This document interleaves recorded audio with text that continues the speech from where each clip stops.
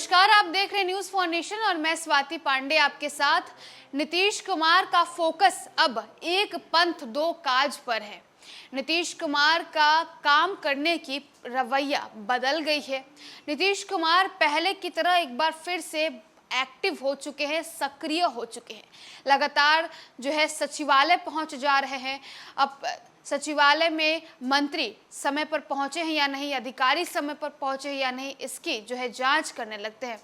लगातार जदयू ऑफिस भी पहुंच जा रहे हैं नीतीश कुमार। तो नीतीश कुमार एक बार फिर से एक्टिव हो चुके हैं और अपनी सक्रियता बिहार में दिखाने लगे हैं। जहां एक तरफ बीजेपी मोदी के किए गए कार्यों को गिनवा रही है और लोगों के सामने रख रही है वोट जो है इकट्ठा करने के लिए, तो वही काम अब जदयू भी कर रही है। जदयू भी नीतीश कुमार के किए गए कार्यों को जनता के सामने रख रही है और उससे वोट इकट्ठा करने की कोशिश कर रही है। ऐसे लगता है कि नीतीश कुमार का फोकस साल 2024 का लोकसभा चुनाव से ज्यादा 2025 का बिहार विधानसभा चुनाव है। नीतीश कुमार ने नई रणनीति बनाई है, नया प्लान बनाया है, उनका फोकस भी डाइवर्ट हो चुका है। आखिर ये पूरा मामला क्या है? नीतीश कुमार ने अपने प्लानिंग को ऐसा क्या बना दिया, आइए जानते हैं। बिहार के deputy CM Tejashwi Yadav CM in waiting रह जाएंगे। नीतीश कुमार की घोषणा के बावजूद ये आशंका इसलिए पैदा हो रही है कि अब ऐसे संकेत नीतीश की ओर से नहीं मिल रहे हैं। अब तो नीतीश के एक मंत्री ने जिस तरह अपरोक्ष रूप से लालू राबड़ी राज पर निशाना साधा है, उससे विपक्षी एकजुटता पर ही संदेह होने लगा है। नीतीश कुमार की गतिविधियों को देखते हुए इसकी संभावना अधिक दिखती है कि वे अपने फायदे के लिए किसी की जड़ खोदने से परहेज नहीं करेंगे, वह चाहे उनकी सरकार को समर्थन देने वाली आरजेडी ही क्यों न हो। नीतीश कुमार जिस तरह अलग अलग जाति के नेताओं से मिल रहे हैं, उससे तो यही लगता है कि उनकी प्राथमिकता में अब लोकसभा चुनाव नहीं बल्कि 2025 में होने वाला बिहार विधानसभा चुनाव उनके लिए अधिक महत्वपूर्ण है। बिहार में बड़े पैमाने पर शिक्षक, सिपाही और दूसरे महकमों में नियुक्ति की कवायद चल रही है। जाहिर है कि इसका श्रेय नीतीश कुमार की सरकार को ही जाएगा। सड़क, बिजली और पानी जैसी सुविधाएं दुरुस्त कर नीतीश पहले ही बिहार के विकास पुरुष बन चुके हैं।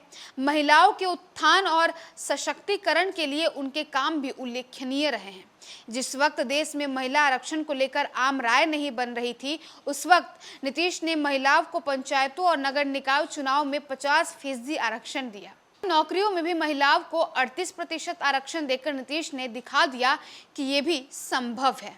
अब अपने इन्हीं कामों के सहारे जदयू चुनाव के वक्त जनता के बीच जाएगी। जदयू नेता और नीतीश सरकार में मंत्री अशोक चौधरी ने ऐसा ही संकेत दिया है। चौधरी का कहना है कि जदयू के नेता नीतीश के उल्लेखनीय कामों पर जनता से वोट मांगेंगे। जनता के बीच जाकर वे नीतीश के कामों को गिनवाएंगे और बताएंगे। नीतीश ने दलितों के लिए जनता जितना काम किया है वैसा बिहार ही नहीं, देश में नहीं हुआ है। जदयू नेता दलित समाज को बताएंगे कि किसी दूसरी सरकार या नेता ने उनके लिए क्या किया है और नीतीश कुमार ने क्या किया। नीतीश ने ही दलितों को समानता का अधिकार दिया, पंचायती राज व्यवस्था में दलितों के लिए आरक्षण का प्रावधान करवाया। अशोक चौधरी जब नीतीश के कामों का लेखा जोखा दे रहे थे, वो भूल गए थे कि अभी महागठबंधन की सरकार है और वो आरजेडी के साथ है।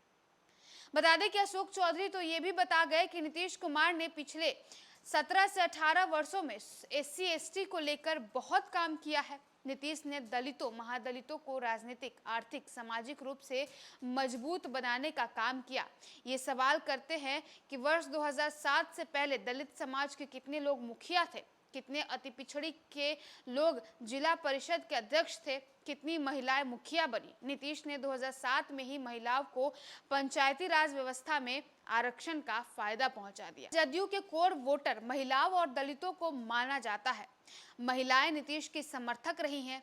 दलितों की आबादी भी बिहार में 19% है। जदयू अन्य उपायों के साथ इन दो तबके के मतदाताओं से अपने रिश्ते को रिवाइव कर रहा है। दूसरे उपायों के तहत नीतीश ने मुस्लिम नेताओं से हाल ही में मुलाकात की थी। राजपूत के नेता के रूप में पहचानने वाले आनंद मोहन से भी वे मिल चुके हैं। नीतीश कुमार की कोशिश है कि अगले महीने पटना में होने वाली जदयू के सम्मेलन को यादगार बना दिया जाए। संभव है कि सम्मेलन के दौरान आनंद मोहन, उनकी पत्नी लवली आनंद और बेटे अंशुमन भी जो है वो जदयू में शामिल हो जाएंगे। तो देखिए, नीतीश कुमार का फोकस अब बदल चुका है। नीतीश कुमार अब नई रणनीति सेट कर रहे हैं और इस रणनीति में उन्होंने दलितों को और महिलाओं को साधना शुरू कर दिया गया है। कहा जाता है कि दलित और महिला हमेशा से नीतीश कुमार की समर्थन नहीं है। महिलाओं के ही कहने पर नीतीश कुमार ने बिहार में शराबबंदी कानून लाई। जो है अब महिलाओं के लिए कितने काम नीतीश कुमार ने करवाए हैं, ये जदयू अब लोगों के बीच जाएगी और लोगों को गिनवाएगी।